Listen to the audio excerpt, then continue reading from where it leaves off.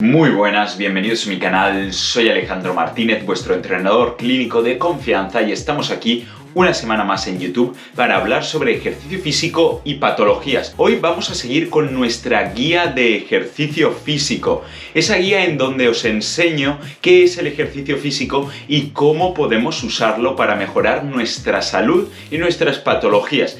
En este caso vamos a hablar de unas pruebas que se hacen al principio de empezar un programa de ejercicio físico.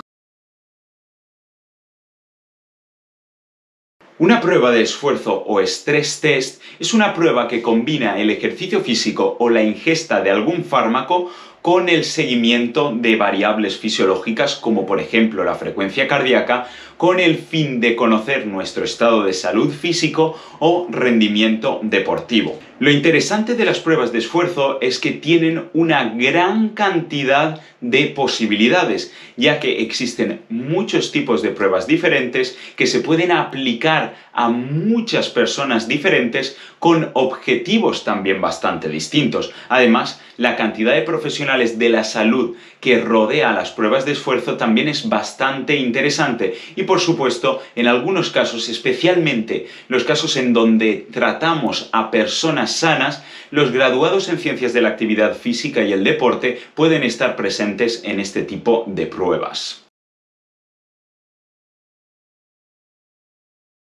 En primer lugar, la vertiente del rendimiento deportivo. Esto aplica a todos aquellos deportistas que se dedican a ello profesionalmente, semiprofesionalmente y también a deportistas amateurs o recreativos que quieren empezar a plantearse retos más exigentes. Puede ser que queramos ver nuestra condición física inicial antes de empezar una planificación de entrenamiento, con el fin de conocer algunos valores, como por ejemplo el consumo máximo de oxígeno, la potencia pico si somos ciclistas o los umbrales ventilatorios.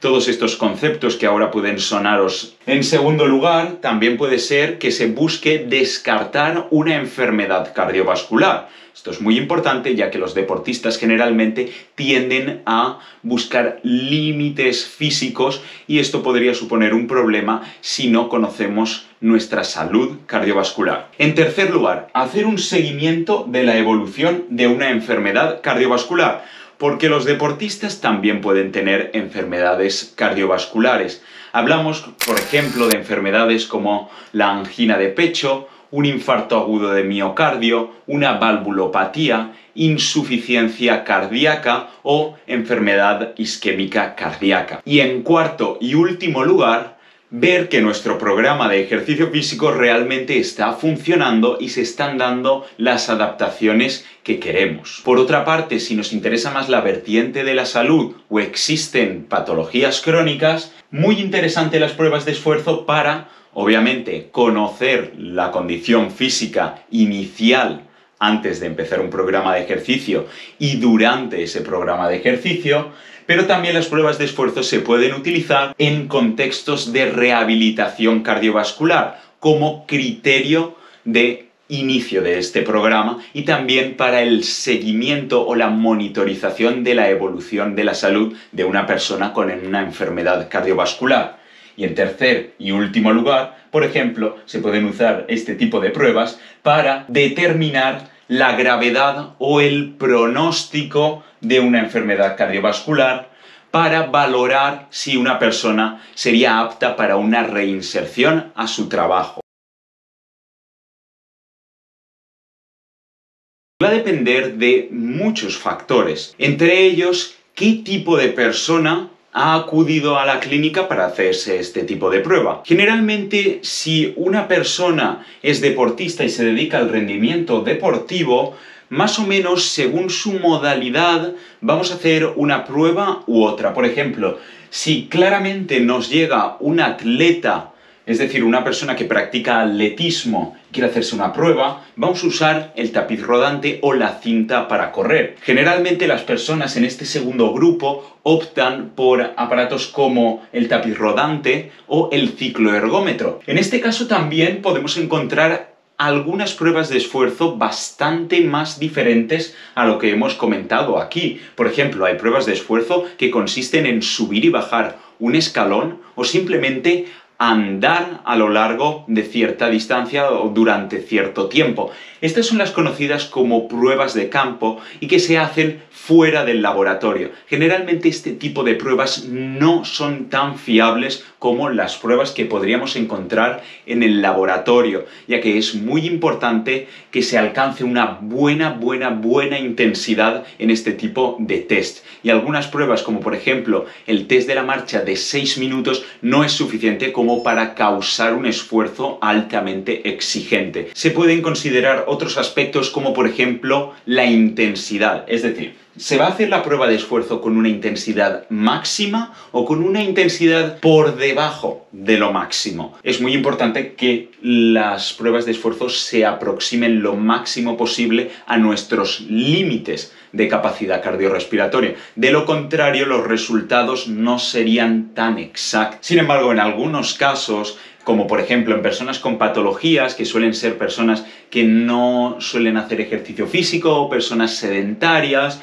se opta más por pruebas de carácter no máximo. Dentro de estas pruebas máximas o submáximas existen muchos protocolos diferentes, muchísimos. Por ejemplo, esto sería una representación más o menos del protocolo de Bruce. Aquí, este tipo de prueba es una prueba incremental. Eso significa que la intensidad va a ir progresando a lo largo de la prueba. Es una prueba continua, es decir, vamos a estar todo el rato corriendo en el tapiz y va a ser escalonada. Es decir, vamos a estar, en este caso, 3 minutos, si no recuerdo mal, a una intensidad determinada. Una vez pasen esos 3 minutos, vamos a volver a subir la intensidad 3 minutos más y 3 minutos más. Eso significa escalonado. Y obviamente la prueba tiene que tender a tener un carácter máximo.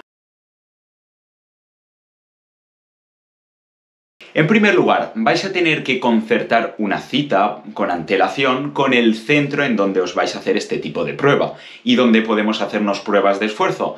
Bien, se pueden hacer pruebas en un centro de alto rendimiento deportivo, en una clínica privada o también en centros hospitalarios públicos y privados. En segundo lugar, una vez hemos concertado la fecha, nos tenemos que presentar en la instalación. Muy importante presentarnos con documentación importante sobre nuestra salud y también calzado adecuado y ropa adecuada para hacer la prueba de esfuerzo, ya que va a ser una prueba movidita, especialmente si lo hacemos en un tapiz rodante. Vamos a pasar a la consulta en donde nos van a entrevistar. El personal médico nos va a hacer una serie de preguntas, va a ver nuestros informes y vamos a tener que comunicarnos para compartir información muy interesante previa a la prueba de esfuerzo. Es muy importante que seamos comunicativos, que queramos participar y sobre todo, por favor, que seamos sinceros sobre nuestra salud. En cuarto lugar,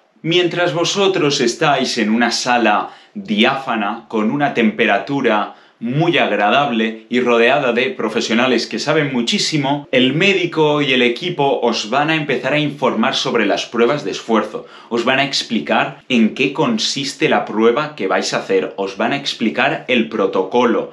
¿Cuáles son los criterios de finalizaciones? Se hablan también de los riesgos relacionados con hacer pruebas de esfuerzo máxima y es muy importante que el médico os muestre un documento que se llama consentimiento informado y que vosotros podéis firmar o no. La cosa sería que si queréis seguir adelante con la prueba de esfuerzo, deberéis firmar este documento. En quinto lugar, puede haber un seguimiento de algunas variables fisiológicas antes de empezar la prueba de esfuerzo. Por ejemplo, podéis ver a un enfermero que os pone unos electrodos en el pecho o también una malla para sujetar estos electrodos, que os ponen una máscara analizadora de gases. En sexto lugar, damos comienzo a la prueba de esfuerzo como tal.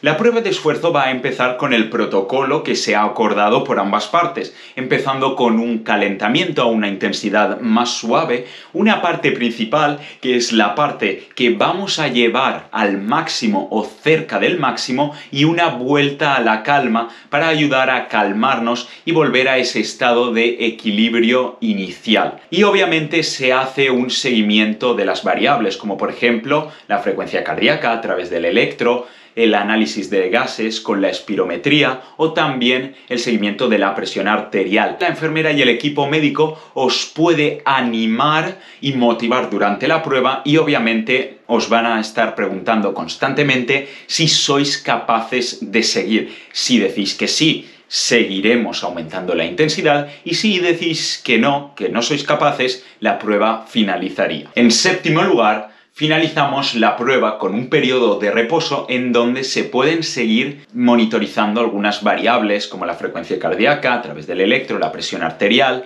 Importante, algunos síntomas como síntomas de mareo, debilidad muscular, náuseas, sensación de falta de aire. Y en octavo y último lugar, con el equipo médico se va a discutir los resultados de la prueba de esfuerzo y se va a obtener un informe. Esta parte es realmente interesante porque muchas personas que se hacen pruebas de esfuerzo no saben sobre fisiología o sobre entrenamiento, por tanto es muy importante que preguntéis, ¿esto qué significa? ¿Está bien? ¿Está mal? ¿Se puede mejorar? ¿Cómo se puede mejorar? Y el médico os va a contestar todas estas preguntas. Y bueno, hasta aquí el vídeo de hoy. Espero que os haya gustado esta primera parte sobre ejercicio físico y pruebas de esfuerzo. Recordad, quedaros aquí en YouTube porque la serie continúa con cositas muy interesantes sobre este tipo de pruebas para saber muchas cosas sobre vuestra salud. Recordad, si os ha gustado el vídeo podéis suscribiros por aquí o seguir viendo más vídeos por allá. Soy Alejandro Martínez y nos vemos en la siguiente ronda.